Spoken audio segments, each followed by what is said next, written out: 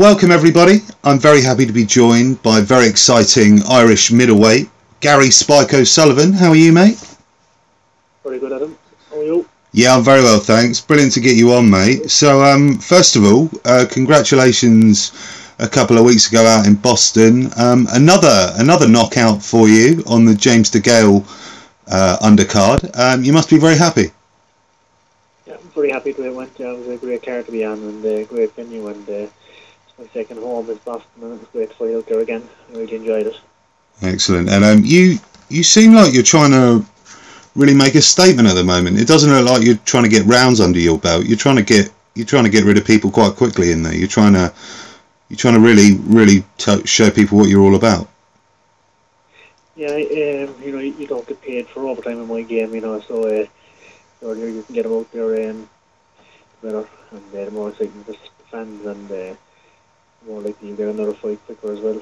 Yeah. Get as many injuries.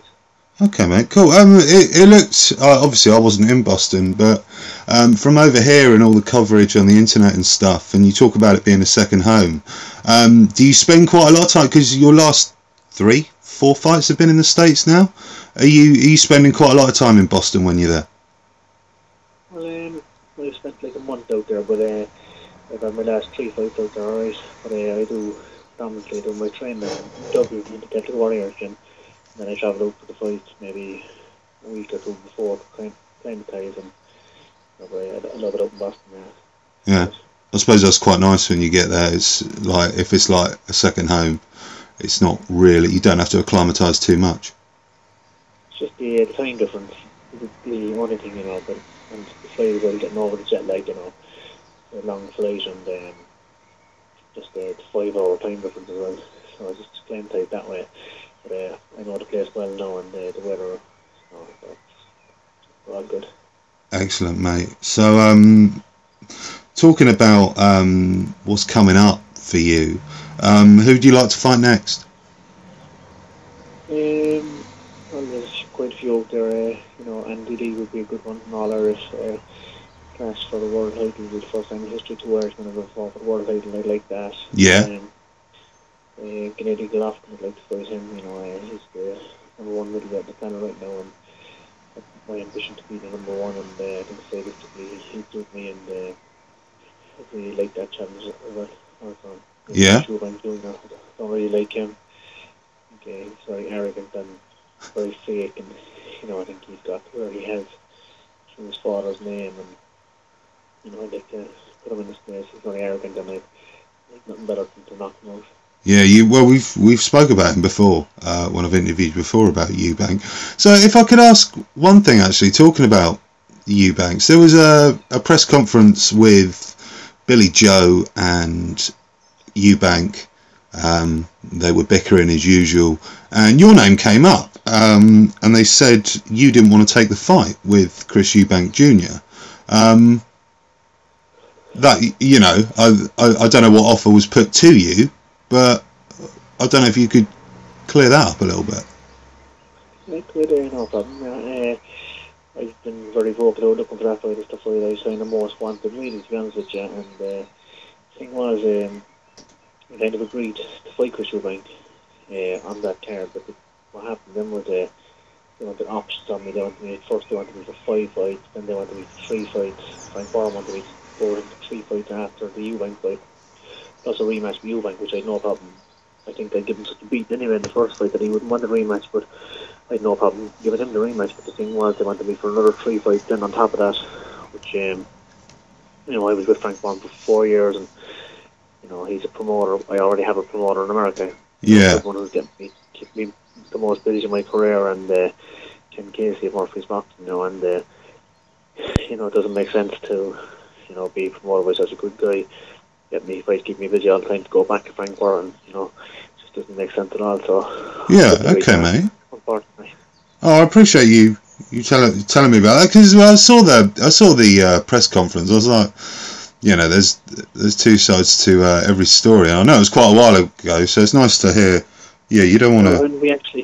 We actually in the end we wanted the Eubank fight so much that we actually agreed that we would actually have the 3 fights with Frank Warren afterwards.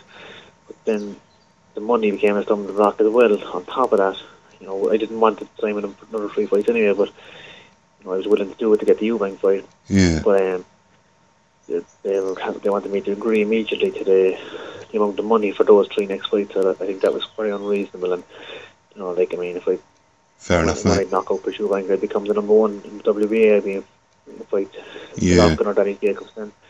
You know, and the money was ridiculous then for those fights thereafter. So it was an impossibility. I think he just really avoided me through the promoter, really, you know. I don't think he ever really wanted the fight to happen, I think. Okay, mate. All right, well, cheers for clearing that up. I appreciate that. Well, you talk about you've been getting really good exposure. Actually, you've been out on Sky a couple of times now, and then obviously you're out in America on TV there, which must be great. Where do you want to fight next? I know you spoke about Andy Lee, but he's got an injury. Is it likely there'll be another fight in between you and a world title fight, maybe, or a big fight? Yeah, possibly. I think. I've made no secret. I'd love to fight at home. You know, I'd be willing to fight anywhere. I go to Kazakhstan tomorrow and fight Gennady Golovkin.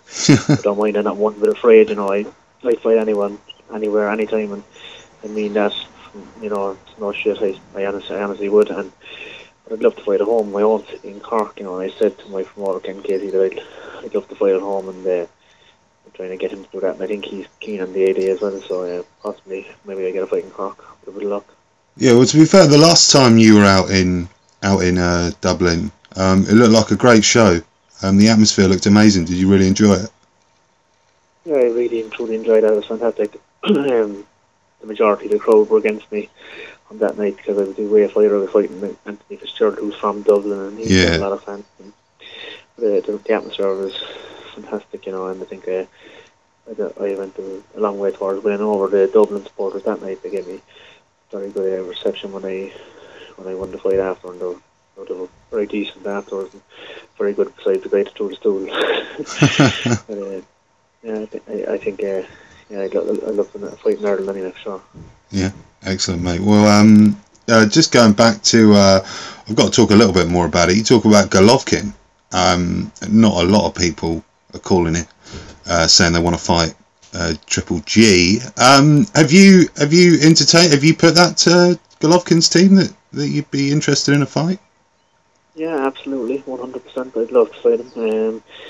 You know, I think he's a great champion. I think he's a good ambassador inside and outside the ring. I think he conducts himself very well, and I got good respect for him. And you know, but I think the majority of the time, it's like Mike Tyson years ago. People would beat before they got in the ring. You know, and you know, once they hit him, he obviously carries power, and you know, it just psychologically they go down. And you know, I think they're beat before they get in there. It wouldn't be the case with me at all. I'd relish it. And, you know, I don't think it's a fight I could get more up for, really, to be honest. I'd be well and truly psyched, and have to make a massive statement and shock the world like Buster Douglas done to Mike Tyson. Okay, brilliant, mate. Excellent. Well, in fact, I wanted to get your view on a couple of other things going on in your division. Miguel Cotto fights Daniel Gill, which is coming up. What do you make of this catch weight middleweights fighting at 157, and then other true middleweights having to drain themselves before the fight? Is that something that's ever happened to you? Well, that's never happened to me. I've actually went the opposite way. Maybe when it was non-title fight, maybe fight now, maybe 164. Yeah. You know, but I think it's absolutely ridiculous. I suppose Miguel Cotto is a legend of the sport and a Hall of Famer and future Hall of Famer or whatever, you know, and multiple weight champion. And, you know, it seems he can do what he wanted at the moment, you know, but I don't agree with it at all, you know. I think it's trained as genuine middleweight, and, you know, I don't think it should be allowed. Yeah, to be fair, it's a WBC world title fight, so it's a bit. Yeah. It's surprising they're doing that. I think it's very stupid, really. I don't agree with it one bit. Yeah. I totally agree with you, mate. And one other thing, so how do you look in the rankings at the moment? I know in some of them you're up there. You must be getting yourself towards a mandatory position in one of the governing bodies, at least. Yeah, I think the the WBA rankings will be out soon, and they'll be at least ranked in the top 5, maybe. Yeah. So I believe so. The title I won my last fight, the WBA and ABA title, the last 3 guys to win that went on to fight for world titles in the next fight. Andy Lee won it, he went on to fight Karabov. Willie Monroe Jr. won it, he went on to fight Golovkin. So, when Willie Monroe Jr. won it, he became 19-1. I'm now 21-1, so I got a better record than he had when he won it, so I don't see any reason why I can't fight for the world title now. Yeah, okay, mate. And one other thing, this will be the last thing about your division. We've talked quite openly about you have a great friendship with fellow combatant Billy Joe Saunders. I was talking to a couple of friends about this the other day, and we were talking about possibly. Do you think it's possible Andy Lee and Billy Joe Saunders will fight for a title, and you get the winner? I think that's a very strong possibility. I think that may be my most possible route, possibly. Yeah. I know both lads very well, and I like both of them a lot, and I think both those fights will sell out either in the UK or in Ireland. Me versus Billy Joe, the rematch, or me versus Andy Lee. I think both of them are very sellable, and I think very makeable as well, because Billy Joe has promised me that give me a shot at the world title if he wins it. Andy Lee is promoted by Ludabella, who I get on with very well, but my promoter, Ken Casey, also has a good relationship with Ludabella, so I think those fights are ones that we could definitely see in the future for sure. Yeah. Well, to be fair, it could probably never happen, but you could have a great. Do you remember the Super 6? You could have a great one of them with the middleweights at the moment. Like there's definitely. There's so many names. Thinking of myself. It really is, yeah. It'd be great. It'd be great to amongst that mix. It'd be really good, I think it's very. I don't know if it'll ever happen, but I think it'd be brilliant. But I love it. Yeah, that would be really good. That'd be really good. And one final thing, mate. A little bit off the topic. I enjoyed the kilt you were wearing on fight night last time, and the haircut. Is that something that's going to stay? Well, I always had the shamrocks in my hair since day one. I had 22 fights. I had them for all of them, but bar one, which was the Billy Joe Saunders fight, the only one I lost. Oh, really? Bad luck not having it, so I'll always have it. But the only time I didn't have it. But the kilt, when I tried on, I felt like a warrior, and it felt fitted well, like psychologically and every way. And I think it could be here today. I enjoyed it. And it even inspired me to do a little dance at the end, so I think I liked it a lot. Yeah. Okay, mate. Brilliant. Well, excellent. Well, you seem to have really changed you. You look like a different animal in there since the Billy Joe Saunders defeat. To be honest, and other people have said it as well. It looks like you're really trying to have a go here. So it's exciting to see, Spike, and you keep bringing the knockout. So you probably thought as one of the most powerful in the division at the moment. Would you agree with that? Oh, without doubt. I think I say I have to be one of the hardest hitters in the world. I think it's stupid for any one man to say that they actually are the hardest hitter in the world. I think, but I think I have to be right up there. As I say, I just think if one guy says he is the hardest hitter, it's a stupid thing to come out with, because you never truly know. But I believe that I'm definitely up there. If it was percentages, I don't think anybody could hit maybe more than 1 or 2% harder than me. If they could, it'd be minuscule because I hit that hard, Sure. Excellent, mate. Brilliant. Well, it's been lovely to talk to you again, mate. Always enjoy interviewing you, Spike. So it's been a real pleasure. I hope you're going to be out quite soon, mate. I like seeing you in the ring, and a lot of other people are enjoying watching you. And just thank you so much for your time, buddy. Well, I appreciate it. Thanks very much for having me, and I'm sure I'll be speaking to you in the not too distant future again, and thanks for having me on. Thank